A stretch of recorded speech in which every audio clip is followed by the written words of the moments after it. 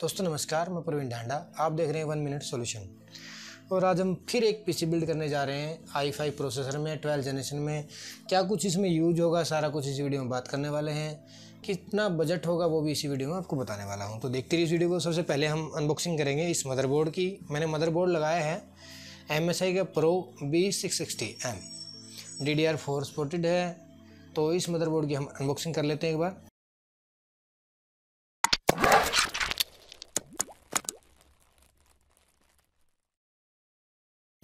फिर आगे का आइटम आपको दिखाएंगे।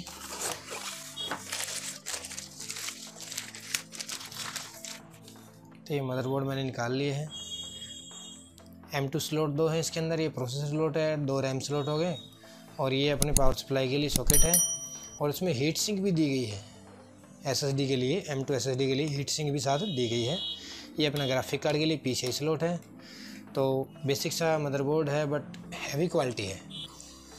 उसके बाद हम इस पे रैम लगाने वाले हैं। 16 GB की XPG की रैम है गेमिंग के लिए। तो ये दोनों रैम मैं इसके ऊपर यूज़ करने वाला हूँ। इनको भी आपको खोल के दिखा देता हूँ।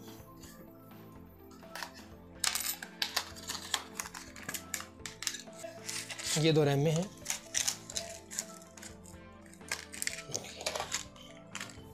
ये दोनों रैम में हम यूज़ करेंगे। इसको निकाल लेते हैं, दूसरी वाली को। 16 GB और 16 GB, 32 GB हम इसके ऊपर रैम यूज़ करने वाले हैं। तो चलिए इसको भी अगर साइड में रखते हैं।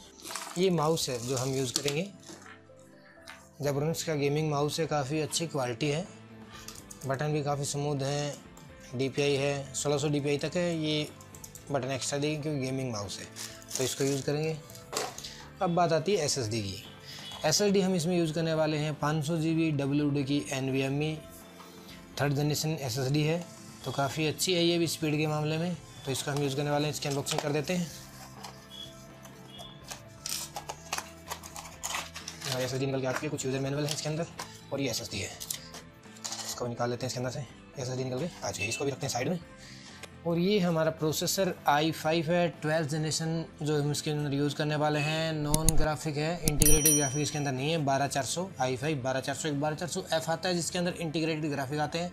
इस पर हमें ग्राफिक कार्ड लगाने की ज़रूरत पड़ने वाली है। तो ये हमने मंगवा लिया है इसके अंदर लगाने के लिए और करते हैं अनबॉक्सिंग।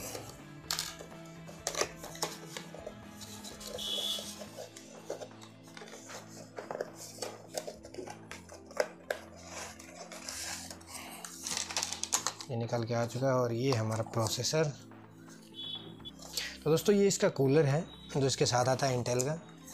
डिज़ाइन देखिए कितना प्यारा है, पूरा ऊपर ग्लास से बना हुआ है।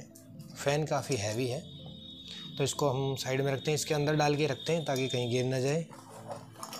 इसको थोड़ी देर बाद हम बिल्ड करेंगे प्रॉपर सिस्टम को। तो इसको भी रखते हैं साइड में। तो ये अपनी सप्लाई है एंड स्पोर्ट की 500 वाट की सप्लाई। इसकी भी अनबॉक्सिंग मैं कर देता हूँ।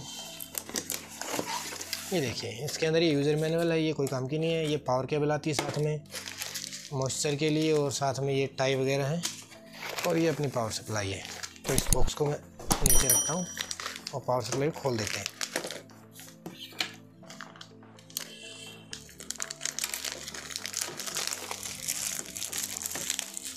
ये लीजिए पावर सप्लाई निकल चुकी है। इसको साइड में रख देते हैं। अब बारी आती है, ये ग्राफिक कार्ड हमने ASUS का इसके अंदर लगाया है, TUF gaming GeForce GTX 1660 super graphic card है 6 GB का। तो इसके बारे में आपको बाद में बताएंगे। चलो अनबॉक्सिंग तो इसकी भी कर देते हैं। क्या कुछ इस बॉक्स के अंदर आता है वो भी देख लीजिए आप। ये बॉक्स खुल चुका है ग्राफिक कार्ड का। ये हमारा ग्राफिक कार्ड।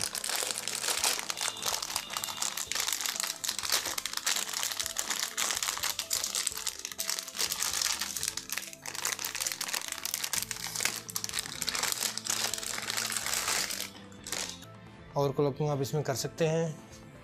और देखिए सामने से एक DP पोर्ट दिया गया है और एक HDMI पोर्ट दिया गया है और 3rd DVI पोर्ट दिया गया है। तो 3 पोर्ट इसके अंदर मौजूद हैं। इसका बजट लगभग दोस्तों 27-28 हज़ार में आपको होने वाला है। तो फ़िलहाल हम इसको वापस से रख देते हैं, थोड़ी देर बाद हम इसको यूज़ करेंगे। ये एंटी स्पोर्ट की है आइस 511। इसको खोल देते हैं हम ऊपर से और करते हैं इसको अनबॉक्स।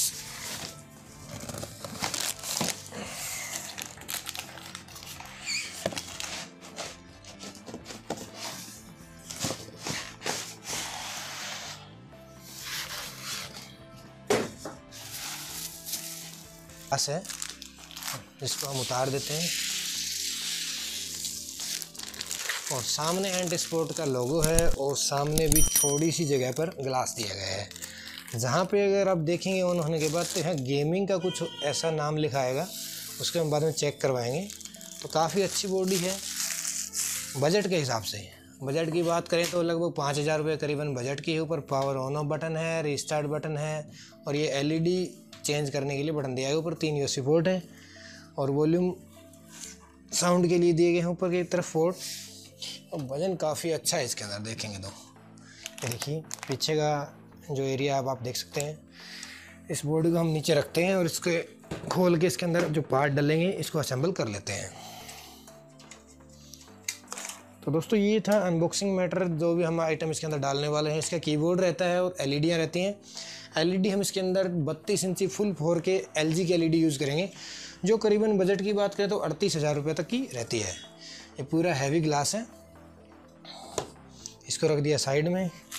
और कीबोर्ड हम इसके अंदर यूज़ करने वाले हैं एचपी का जो BK100 मॉडल आता है मैकेनिकल कीबोर्ड, वो यूज़ करने वाले हैं, जो लगभग 1700 से 1800 रुपये को आपको मिल जाएगा। वो कीबोर्ड हम इसके अंदर यूज़ करेंगे।